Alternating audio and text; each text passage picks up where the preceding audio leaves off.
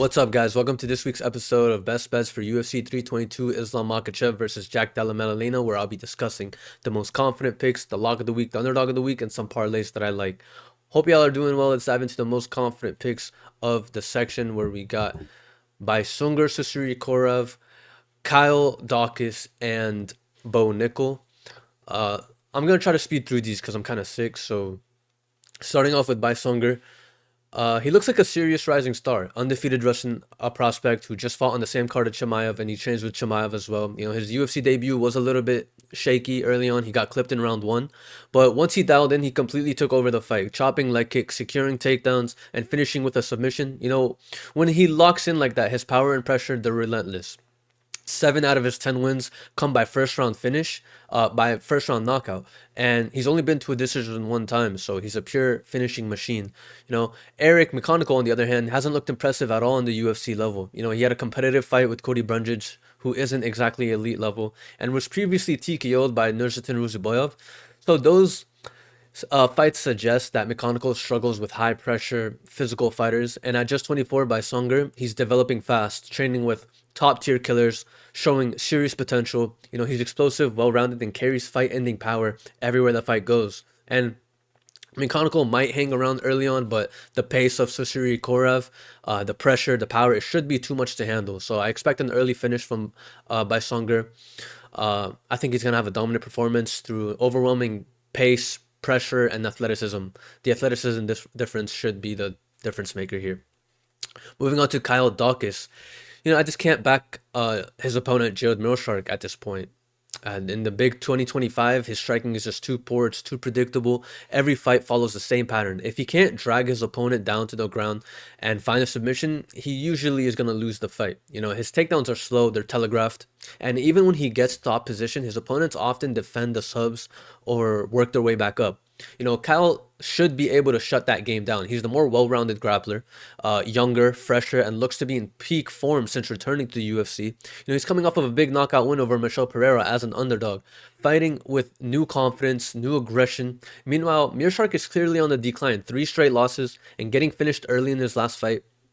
Dawkins has the power advantage here and the ability to dictate where the fight takes place. You know, he can keep it standing and pick Gerald Mearshark apart or even out grapple him if he needs to. You know, Jared's submissions are too predictable to threaten someone at Kyle's level, and his boxing just isn't enough to make up for it, right? So I expect Kyle Dawkins to be the better striker, the stronger grappler, and he's on the rise while Mearshark is on the way out. I expect a dominant performance or an early finish from Kyle. Our third most confident pick, Bo Nickel. So the dude's coming off of his first loss, right? He's coming into this fight with a point to prove. Rodolfo Vieira, he's no easy fight, but at the same time, Rodolfo is not a top 5 contender like RDR is, right? And Bo is on the prelim card after he's been saying he's not a prelim card fighter. You know, they still put him on the prelims. So all the pressure is on him right now. He's coming into this fight with a chip on his shoulder, and I think he shows out, right? We saw what happened the last time he faced a jiu-jitsu guy as well, like Paul Craig. The fight stayed standing, and he outstruck him. And yeah, Bo Nickel, he did have a rough outing in this last fight versus RDR. You know, the size difference, the pressure, the knees in the clinch completely neutralized his wrestling. But this matchup is a different story. Against Rodolfo Vieira, Bo will be bigger, more younger, fresher as a fighter, you know, without having to deal with such a massive size or pressure disadvantage. You know, Bo will, as always, will look to use his striking to set up the takedowns. But Vieira, you know, he's no slouch on the mat. You know, he's compact, incredibly strong, and a world-class jiu-jitsu fighter who's tough to control or submit. So I see Bo needing to be disciplined here, you know, staying on the feet, picking him apart, mixing in the wrestling, scrambling smartly, not getting caught in the submission, and winning minutes through pressure and activity rather than relying on an early finish. You know, that said, Bo's athleticism, his speed, and his improving striking give him clear advantages in this matchup. You know, Vieira's striking remains pretty basic, and at 36, I think he's slowing down. You know, Bo's explosiveness and conditioning should let him dictate where this fight goes, landing takedowns and maintaining dominant control on the mat when it gets there. You know, Bo Nickel, he's a younger, faster, more dynamic striker, and I expect him to put on a relentless wrestling pace, you know, control Vieira on the mat, outstrike Vieira on the feet, and possibly secure a late finish or just a dominant decision. That concludes the most confident picks. Moving on to our lock of the week, we got Fatima Klein, the younger, the faster, the more dangerous fighter everywhere this fight goes. When you're talking about a matchup with her in Angela Hill, I expect her to control the fight and possibly find another finish. Fatima's been on fire lately, back-to-back TKO wins, which is rare in women's MMA. She fights with confidence and control, rarely finding herself in trouble. Her only career loss came from Jasmine Jasudavicius, who used size and elite grappling to control her. But Angela Hill doesn't bring that same physicality or skill set. Her Hill is going to be smaller, less powerful, and not nearly as dominant in grappling positions. Klein should be the bigger, stronger, and more well-rounded fighter here. She's got sharp technical striking with real pop in her hands, relentless pressure, and solid grappling when she chooses to mix it in. Her durability and cardio make her a threat across all three rounds. Angela Hill at 40 years old with an 18-15 record, she still has good volume and she's like that crafty veteran, but she lacks finishing ability and consistency. She might outstrike Klein in total strikes, with the kicks, but the more damaging shots, the more meaningful shots will come from Fatima in this matchup. And at just 25, her Klein's speed, her power, and her athleticism give her a clear edge here. Whether it's standing or it goes to the mat, she should be able to dictate the pace and dominate this matchup. Sorry.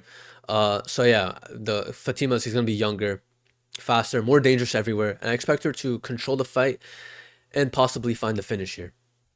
Moving on to our underdog of the week, Jose Mariscal. I like Jose Mariscal here. I think he has a superior striking against Pat Sabatini. He has elite takedown defense, and he has the cardio to turn Sabatini's wrestling attempts against him. I expect Mariscal to defend early on and then pressure him later in the rounds, winning the rounds based off of damage with volume and damage, right? But Pat Sabatini, he's coming off of a dominant upset win as an underdog over Joanderson Brito, where he completely neutralized his striking using his own relentless wrestling, right? He's a former D1 wrestler. Sabatini, he thrives on pressure and control, constantly hunting down takedowns and submissions. However, he's been knocked out twice in the UFC, showing vulnerabilities when being forced to strike. And Jose Mariscal, on the other hand, he has looked flawless. 5 straight UFC wins and an 8-fight streak overall. He himself is a relentless pressure fighter with high volume striking, strong judo, and excellent takedown defense. He stays in opponents' faces, forcing them into exhausting scrambles and striking exchanges. So the key question is whether Sabatini can consistently land takedowns against Mariscal. And against Mariscal, I think that's unlikely. Jose's judo base and defensive wrestling make him extremely difficult to control, and he often reverses positions on opponents who try to take him down. And as the fight wears on, I think Sabatini's repeated failed takedowns could drain him mentally and physically. So the superior striking should come from Mariscal here. He has elite takedown defense, and I do think he has good enough cardio to turn Sabatini's wrestling attempts against him. So I expect Mariscal to defend early on, pressure him, and win with volume and damage. Moving on to the parlay section, we got the Saftey Lock, Klein by Sunger Dawkins -140. It's a 3-legger. I've never done a 3-legger for a safety lock, but in my opinion, it's as safe as it gets. There's not a world where I can see any of these three fighters losing. And if you want a guaranteed winner, or if you want something to anchor a play you really like with, this is winning. Whether you want to put 140 down to win 100 or parlay these three with someone you really believe in, I can assure you these three fighters are winning. Fatima Klein versus Angela Hill. Fatima's younger, bigger, grittier, cleaner, heavier shots, enough grappling to win the minutes. By Sunger, he's got the pressure, the power, the wrestling. McConaughey's been wobbled TKO and struggles versus very strong, good competition, and he isn't UFC level. Then you got Kyle Dawkins versus Mearshark. Kyle's going to be better overall. He's the younger grappler with improving hands, more power and speed in his shots. GM3, he's too predictable. He must grapple and he's declining. Moving on to the Iron Lock, Klein and Bo, Klein, you already know she's got the size, the volume, the pace advantage, likely wins off of damage and control. With Bo Nickel, Bo's got the explosive wrestling, the youth, the athleticism versus an aging BJJ guy. Should control where the fight takes place. And the last time Bo fought a BJJ guy, it was a striking match that he was able to win via striking, right? Moving on to the affordable juice section at plus 150, Islam on Brady. I didn't include these guys in the most confident pick section, but I do think they have really good chance of winning. Two strong grapplers, pairing them up for a solid value of plus 150 odds seems like a nice affordable treat and good enough value on this parlay to bet on, considering how strong these two guys are. Islam has massive wrestling and top control edge when he gets the fight to the ground, and he can smother JDM, who's a quick power boxer. And if Islam avoids the extended periods trading shots in the pocket. Brady also has the pressure wrestling, the clinch control, and can gather control time and wear down Morales to take away Morales' range striking. I was considering either swapping Islam for Prates and putting Prates and Brady, but I think Islam is good enough to win. And Brady, he's got a tough task in front of him as well, with Morales, but I do think both Islam and Brady come out on top. Moving on to the four most confident picks section, all four legs, Klein, Beisunger, Dawkins, and Bo. All legs are youth, mixed in with form, mixed in with clear paths to victory. These guys will land damage on the feet or control on the mat. It's a four-legger, so more legs equals more sweating for your money, but I do think it's great plus money. It's a confidence parlay. Moving on to the fun duo parlay. Gregory Rodriguez and Malcolm Wellmaker. Rodriguez, he has huge power, clinch strength, and grappling threats. He's live to nuke Kopylov with a massive power shot, or can even control him against the fence and land shots in the clinch. Pairing him up with Wellmaker, who's an aggressive prospect with power and finishing upside. He can end the fight at any time against another up and comer. This is more of a for fun parlay, but not as safe as the others. Moving on to our last final parlay, Underdog City. You're taking Chepe Mariscal with Tracy Cortez at plus 560. Underdog City. Mariscal has the elite takedown defense, the judo counters, the volume. He can stuff, reverse, and out damage his opponent, Pat Sabatini, as the fight goes on. So mixing him up with Cortez, who has strong wrestling herself, with a nice clinch game to slow exchanges down, steal control time, and outland on the feet. And she can make it close. No way the odds should be this close or this wide for the Cortez Blanchfield fight, in my opinion. But both fighters in this parlay, they're dogs for a reason. Blanchfield's top game, it's elite. Sabatini can bank control early on and then continue to use his wrestling. So this for sure is only a sprinkle only type of play.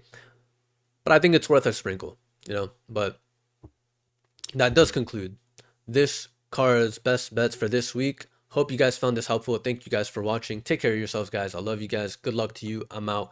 Peace.